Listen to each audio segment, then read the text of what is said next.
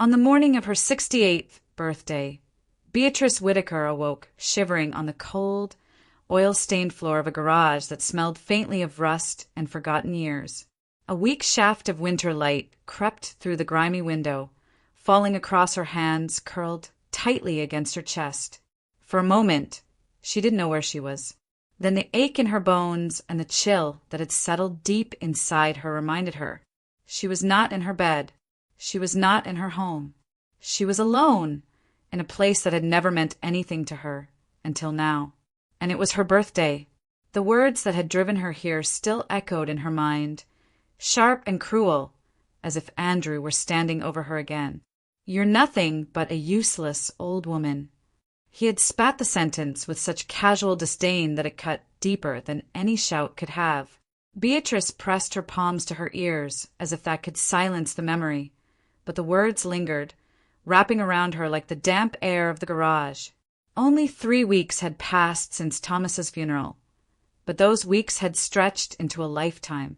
The day they gathered in the walnut-paneled office of the family attorney, Beatrice had worn the same black dress from the service, her hands trembling in her lap. Andrew, handsome and polished in a tailored suit, looked like he was headed to a board meeting rather than the reading of his father's will. Mr. Halliday, their lawyer, cleared his throat as he began to read.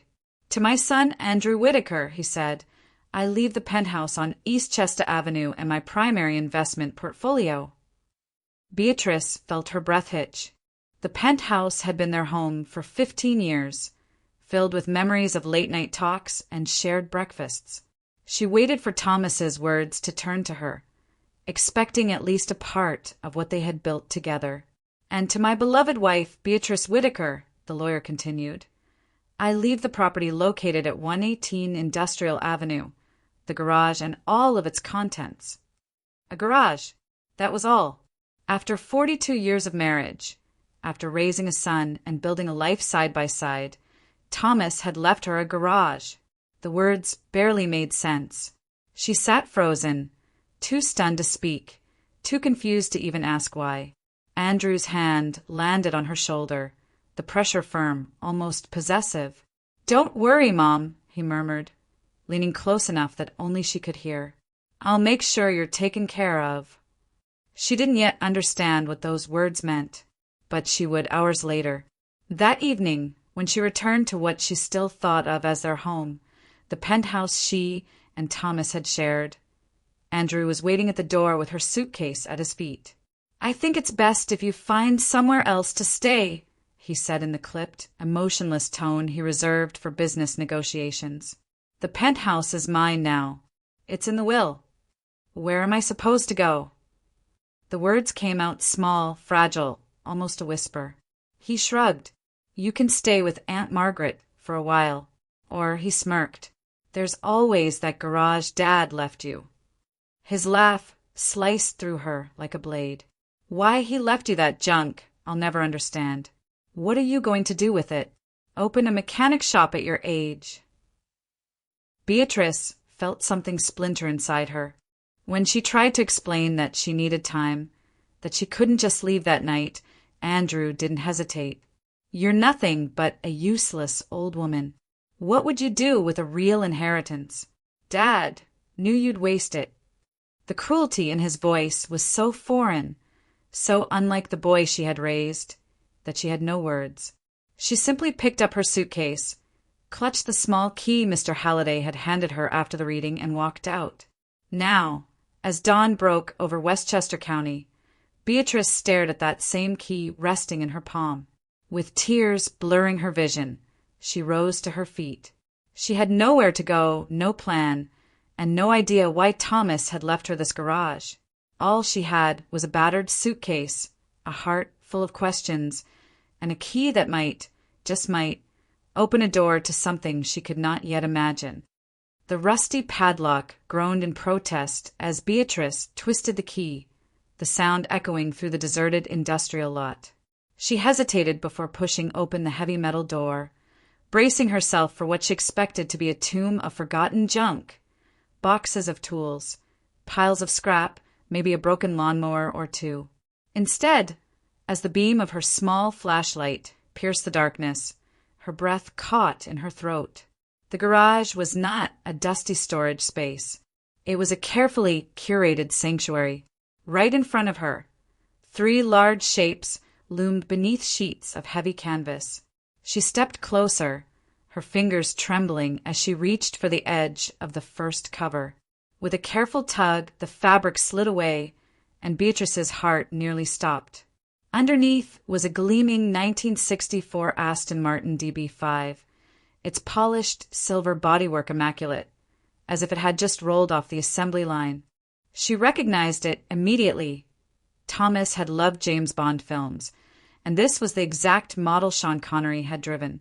She moved to the next car, pulling the sheet aside to reveal a 1956 Mercedes-Benz 300 SL Gullwing, its iconic upward-swinging doors frozen mid-flight in her memory from old photographs.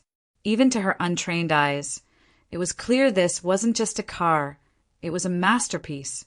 The third cover fell away to reveal a deep, wine-red 1967 Ferrari 275 GTB, for the kind of machine that didn't just move but roared, a piece of Italian art on wheels. Beatrice stared at the 3 of them lined up like sleeping giants, each one pristine, each one worth more money than she could comprehend.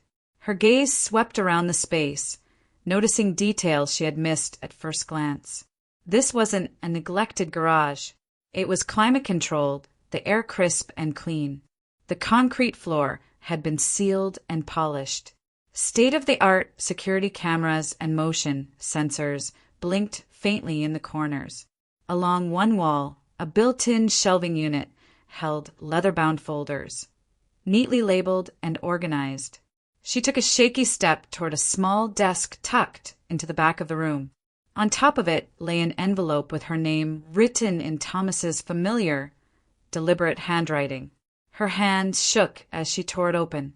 "My dearest Beatrice," the letter began, "if you're reading this, it means I'm no longer there to explain in person, and that you found what I came to think of as my final gift to you."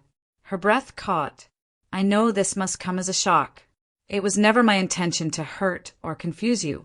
6 years ago, when I was diagnosed with advanced heart failure, the doctors told me I might have 5 years left.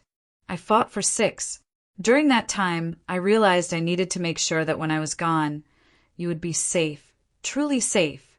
That meant planning for a future where our son might not be the man we hoped he would become." Tears blurred the ink as she read on. "You may be wondering why I left the penthouse and our visible investments to Andrew and only gave you this garage. The truth is I did it intentionally. I wanted to shield you and what I have built for you from his control. The real wealth, Beatrice, is here, hidden where ambition won't think to look."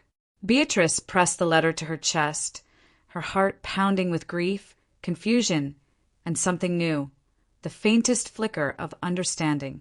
Thomas had not abandoned her.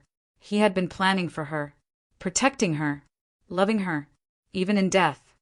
As dawn crept through the high windows of the garage, Beatrice sat at the small metal desk with Thomas's letter trembling in her hands, reading every word as if he were still speaking them aloud. "I know you must be confused," the letter continued. "It might seem cruel that I left Andrew what appears to be the most valuable part of our estate and left you with this garage. But that was precisely the point. I gave him what he believes is wealth, symbols of success, things he can flaunt and control. What I left you, my love, is the real wealth." She lifted her gaze to the 3 cars gleaming silently in the dim light, their chrome and paint reflecting the faint blush of morning. According to the documents tucked into the leather folders beside them, their combined worth exceeded $12 million. The number barely seemed real. But Thomas's letter made it clear. This was only the beginning. "The cars are the most visible part of this gift," the letter went on.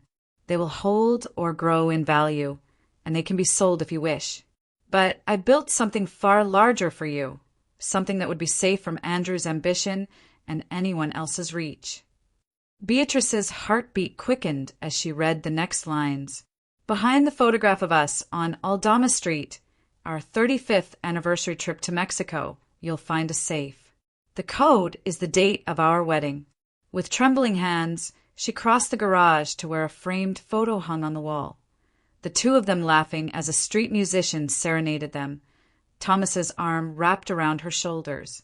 Sliding it aside revealed a small keypad. Her fingers shook as she entered the date, May 19th, 1981. A soft click broke the silence. Inside was a stack of documents, so thick she had to cradle them in both arms. Sitting back down at the desk, she began leafing through them. There were deeds to apartment buildings in Boston and Philadelphia, a commercial property in Chicago, and a small vineyard in Sonoma Valley. There were brokerage statements listing diversified portfolios of stocks and bonds, and bank accounts in her name that she had never known existed. And on top of everything else lay the trust documents, meticulously drafted to transfer full control to her only upon Thomas's death. It was overwhelming. She pressed a hand over her mouth as tears slipped down her cheeks. Thomas had spent years she thought were just ordinary, building a financial world around her, brick by brick, without ever telling her. I know this is a lot, the letter continued. At first, it was something to keep my mind off the uncertainty of my health. But as it grew, I realized revealing it too soon could put you at risk. Andrew, he's not the boy we raised. I've seen the way he dismisses your opinions, the way he talks down to you when he thinks I'm not listening. I had to make sure that if I wasn't here to protect you, he wouldn't be able to control you. This was the only way. Beatrice's tears fell freely now. It was all so deliberate, so heartbreakingly thoughtful. Thomas had anticipated Andrew's reaction, had foreseen how greed might twist his son's love, and instead of trying to stop it, he had turned it into a test. The letter ended simply, "This is not just wealth, Beatrice. It's your freedom. With this, you owe nothing to anyone, not even our son. Live the rest of your life exactly as you choose.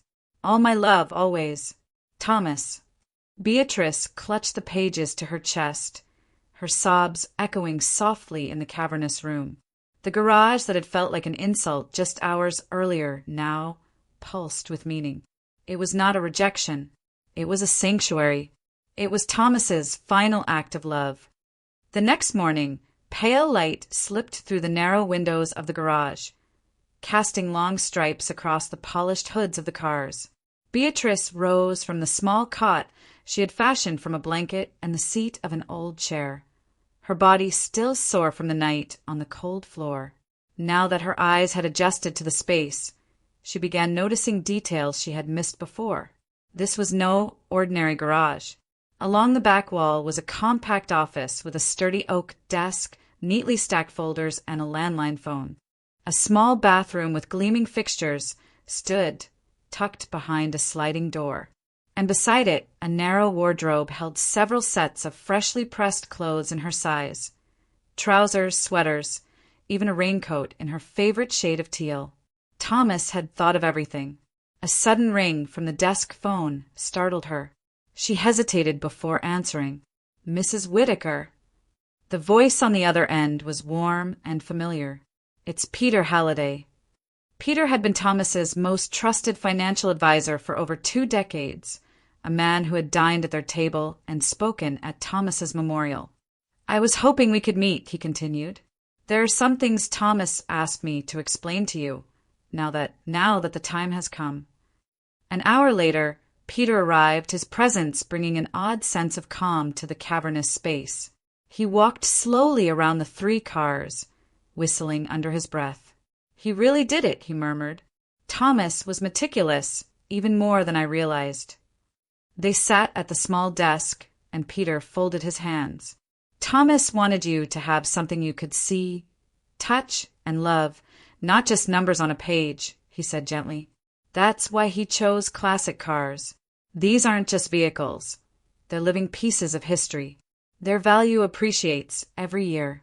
He's already paid for 5 years of professional maintenance and climate control in advance. You don't have to lift a finger." Beatrice listened, still overwhelmed. "I had no idea," she whispered. Peter smiled. "That was the idea. Thomas knew Andrew would go after anything obvious: accounts, properties, investments. So he created layers. These cars are only the surface. Together, they went through more of the folders Thomas had left. One of them contained a real estate portfolio. Amid the deeds and valuations, a single address caught her eye: Seaview Lane, Bar Harbor, Maine. Her breath caught as Peter explained. Thomas purchased a coastal property there 3 years ago, fully furnished, landscaped, and maintained. It's yours, Beatrice. He wanted you to have a home that was yours alone. She stared at the document, tracing the elegant lettering of her own name on the deed. After a night of feeling like she had nothing, it was almost too much to take in. The ringing of her cell phone jolted her from the moment. The screen lit up with Andrew's name. Against her better judgment, she answered. "Mother," his voice came through, clipped and cold. "The design team is scheduled to start work on the penthouse next week. I need you to come collect whatever junk you left behind. I don't want them tripping over your old things." Beatrice opened her mouth to speak, but he had already hung up. No apology, no concern, no acknowledgement of the woman he had shoved aside. She stared at the silent phone, then back at the documents spread across the desk. For the first time since Thomas's death, something inside her shifted. The pain was still there, but now so was purpose. Thomas had left her more than wealth. He had left her a future, one she had never imagined she could have.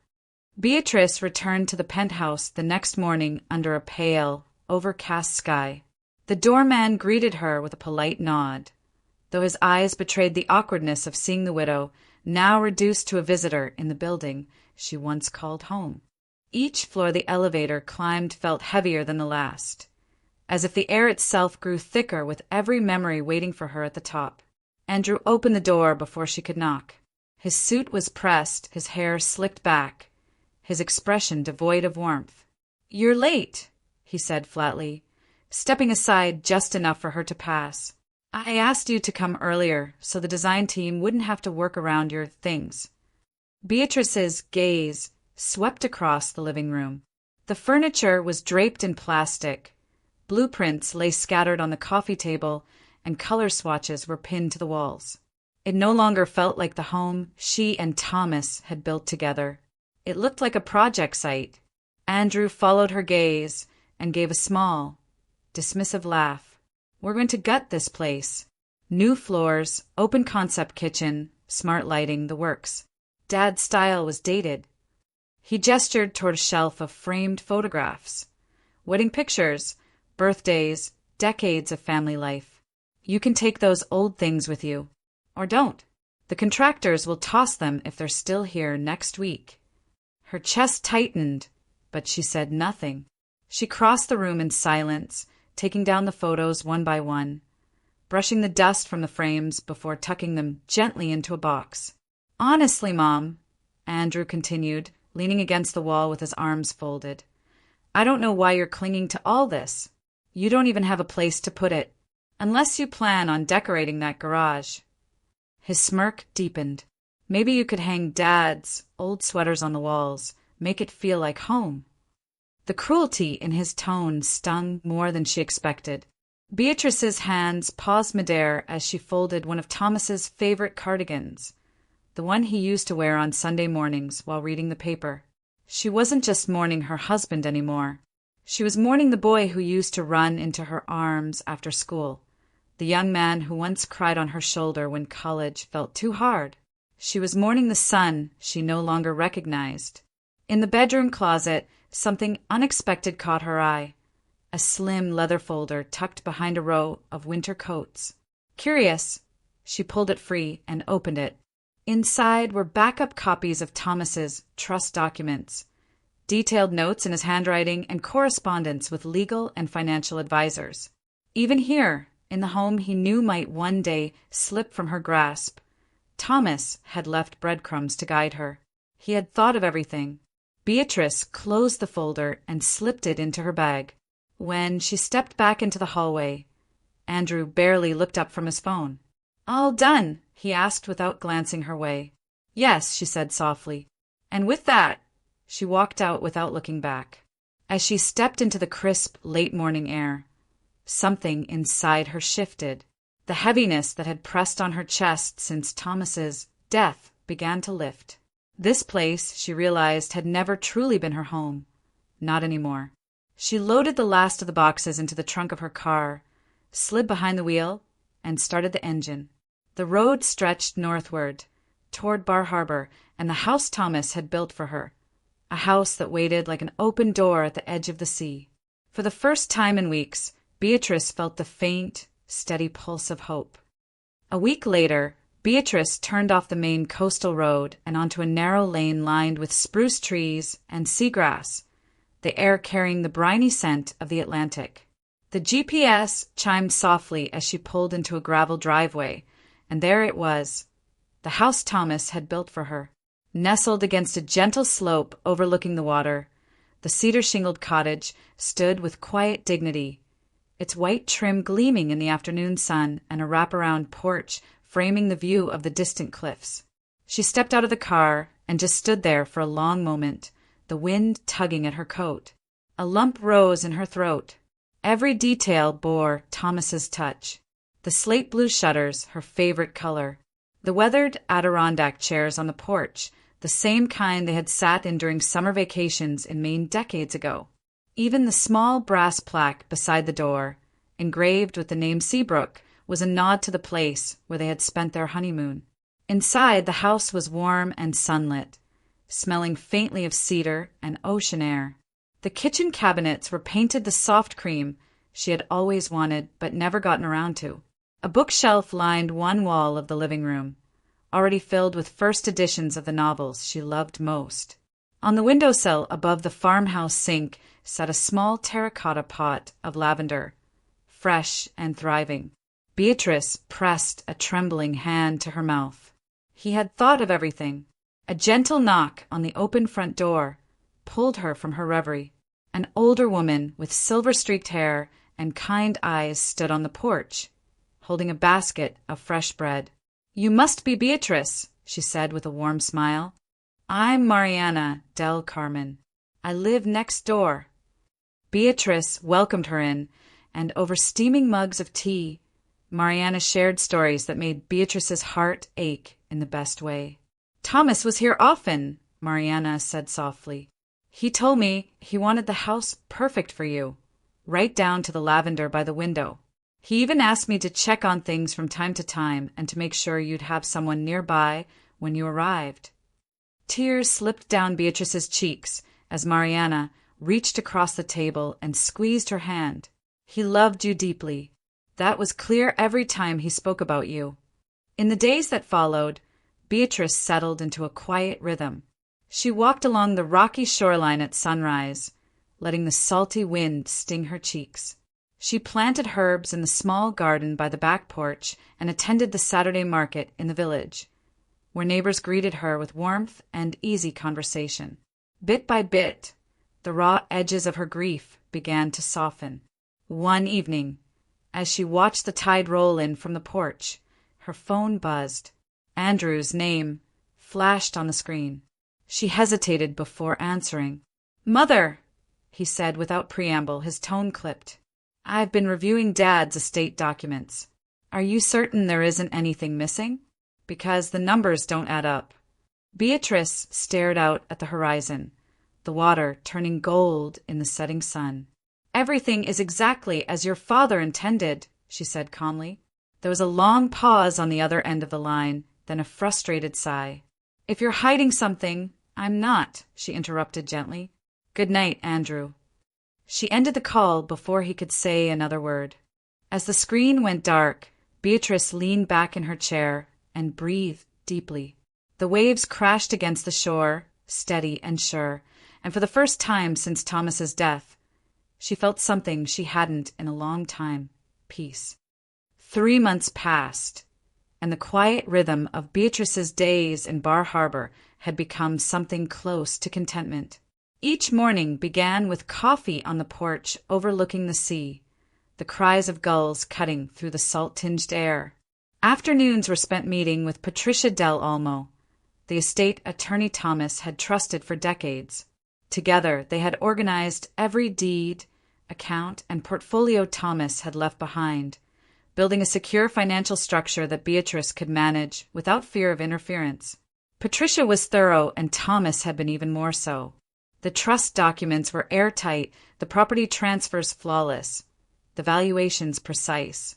"Your husband was meticulous," Patricia told her one afternoon as they reviewed the final filings. "Andrew can contest this if he wishes, but he'll lose." Thomas anticipated every argument, and contested he did.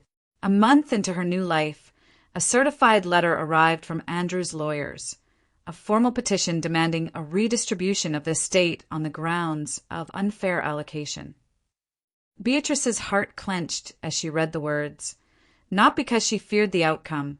Patricia had already assured her there was no legal standing, but because it confirmed what Thomas had feared. Andrew's resentment ran deeper than she had wanted to believe. The case was swiftly dismissed. The judge, noting the clarity and precision of Thomas's estate plan, ruled that the will and trust were both valid and binding. Beatrice didn't attend the hearing, but Patricia called afterward. "It's over," she said simply. "He has no legal claim to anything more." For a time, the phone stopped ringing. The silence was both a relief and an ache. Then, one crisp afternoon, as the maple leaves along Seaview Lane turned fiery red, Beatrice opened her front door to find a young woman standing nervously on the porch. She recognized her instantly. Clara Mendoza, Andrew's assistant. "Mrs. Whitaker," Clara began, twisting her hands together. "I'm sorry to show up unannounced, but I didn't know who else to turn to." Beatrice invited her in and poured tea. Clara stared into her cup before speaking. "Andrew is in trouble. Serious trouble." The words came tumbling out. The penthouse renovation that had ballooned far beyond its original budget, the risky real estate investments that had collapsed when the market dipped, the mounting debts that now threatened foreclosure. "He's leveraged almost everything," Clara said, her voice shaking. "If he can't cover the payments soon, the bank will seize the property." Beatrice listened silently, her hands folded in her lap. Clara leaned forward, desperation written across her face. "He won't ask you himself. His pride won't let him. But if you could help, just a loan, even it might save him." The room was quiet except for the ticking of the old wall clock. Beatrice looked out the window at the rolling waves beyond the garden. The boy she had raised, the one who once built sandcastles at the shore and brought her seashells, felt impossibly far away from the man now drowning in greed and hubris. "I understand," Beatrice said at last, her voice calm and measured. "But I need time to think." Clara nodded, her shoulders sagging with both gratitude and defeat. "Thank you," she whispered before slipping out the door and down the path. Beatrice stood at the window long after she was gone. She wasn't sure what she would do, but one thing was certain. The choices she made next would shape not just Andrew's future, but her own. The next morning, Beatrice drove back into Westchester County for the first time in months. The familiar skyline loomed ahead as she steered through the city streets, her chest tightening with every mile. Clara's words still echoed in her mind, but she needed to see the truth with her own eyes. The elevator doors opened to the top floor of the building that had once felt like the center of her world. When she stepped into the penthouse, a sharp wave of disbelief swept over her. The home she had built with Thomas, the one filled with memories of Sunday breakfasts and Christmas mornings, was barely recognizable. The walls had been stripped down to studs. Chunks of plaster littered the floor. Sheets of drywall leaned untouched against one wall, and exposed wiring hung like veins from the ceiling. Dust coated everything, muting the once luxurious marble floors into a dull gray. A ladder lay abandoned in the center of the room, surrounded by empty paint cans and unopened boxes of fixtures. The air smelled of stale plaster and neglect. It looked as though work had stopped weeks ago. She walked through the wreckage slowly, her footsteps echoing in the hollowed-out rooms. The kitchen was a skeletal shell, no cabinets, no appliances, only bare pipes and wiring where once there had been warmth and life. The master bedroom, where she and Thomas had shared quiet nights, was gutted, stripped of everything familiar. "How could you let it get this far?" she whispered under her breath. A voice answered from behind her. "Because I thought I could fix everything before anyone noticed." Beatrice turned. Andrew stood in the doorway, but he was not the confident, polished man she remembered. His suit was wrinkled, his tie gone, and his eyes were ringed with exhaustion. He looked older, smaller somehow, like a boy caught in a storm too big to control. "I made mistakes," he said quietly, stepping further into the room. "Bad investments.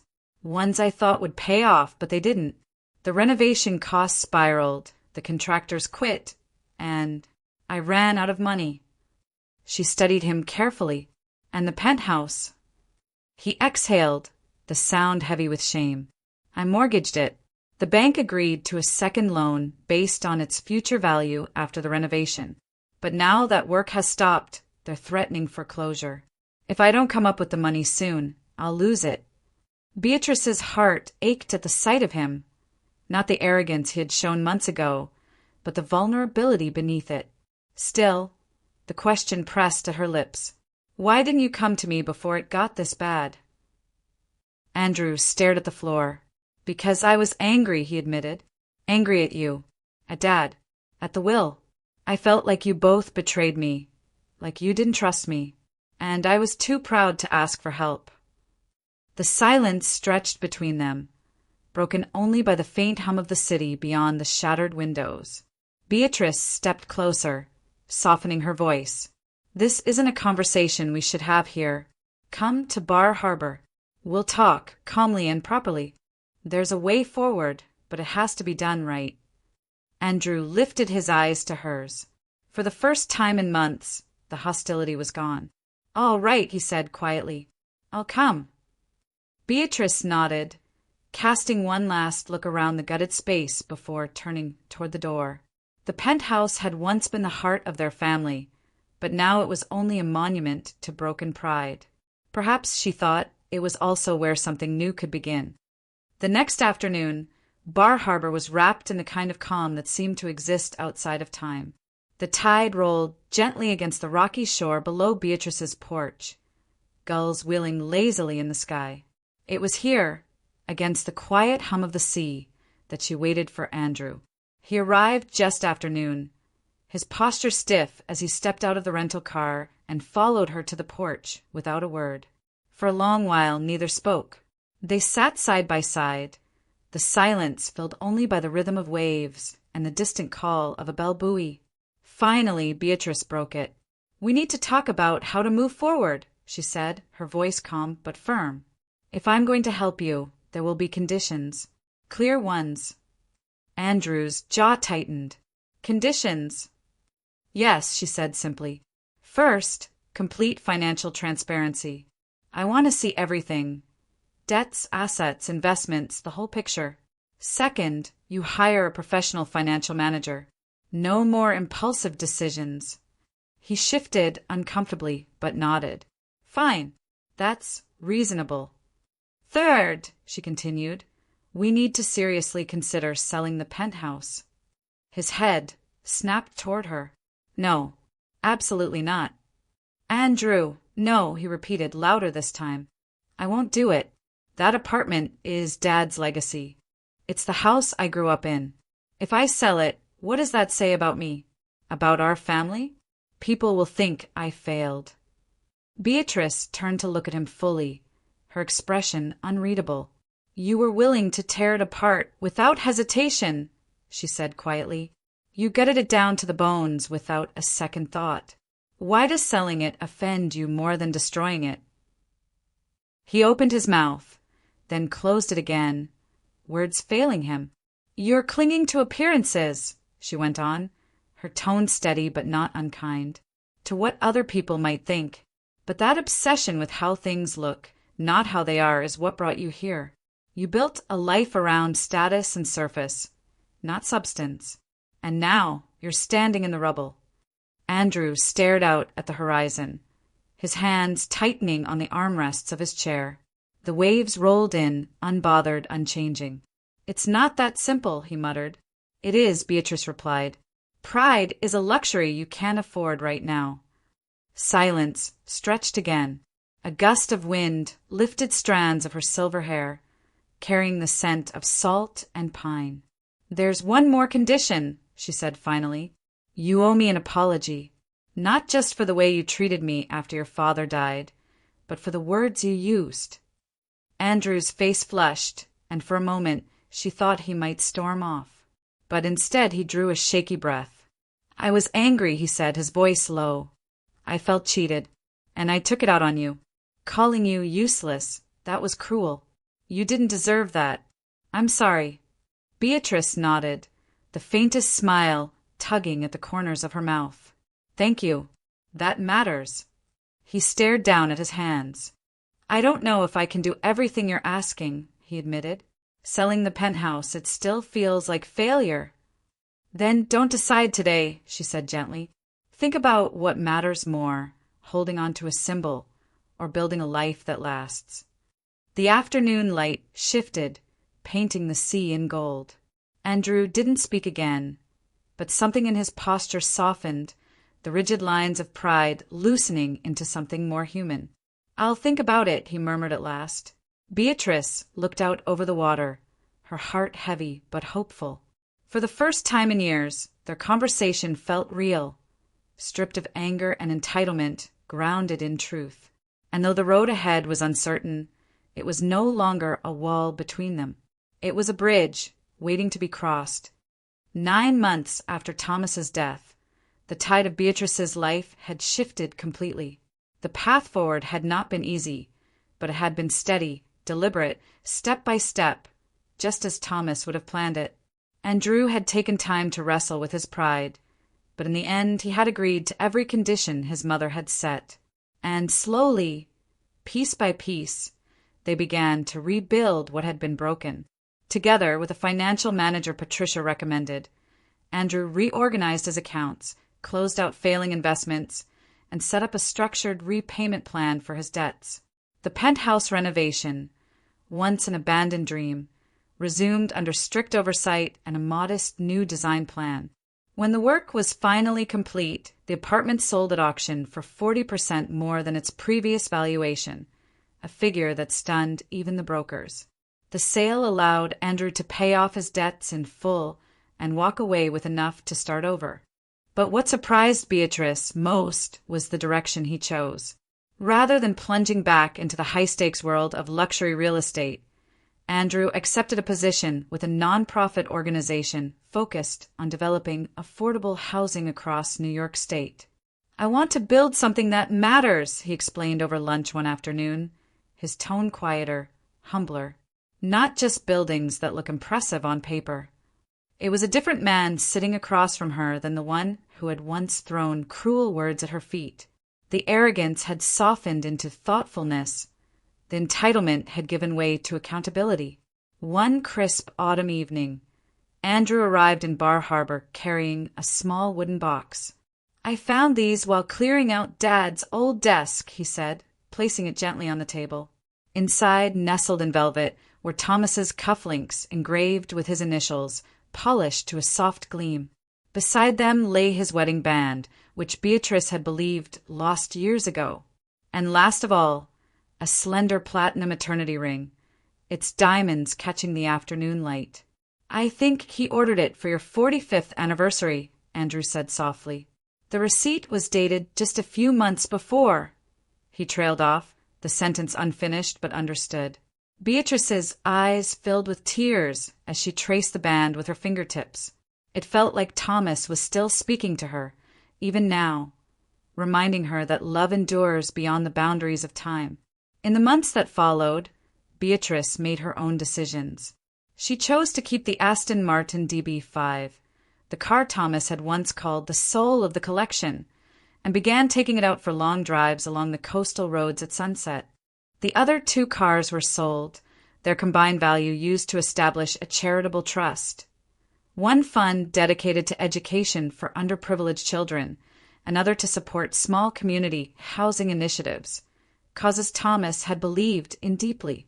And so, on a golden evening nearly a year after Thomas's passing, Beatrice slipped both rings, the simple band that had begun their life together and the eternity ring that symbolized its enduring nature, onto her finger. She slid behind the wheel of the Aston Martin and eased onto the winding coastal road, the ocean stretching endlessly beside her. As the sun dipped low, casting the world in shades of amber and rose, she felt the weight of the garage, key still tucked safely into her coat pocket. It was no longer just a key to a building. It had unlocked far more than a door. It had opened a future, a legacy, and a life she had never imagined for herself. The wind rushed through the open window, carrying with it the scent of salt and pine, and Beatrice smiled. She was no longer the woman who had woken on a cold garage floor. She was free,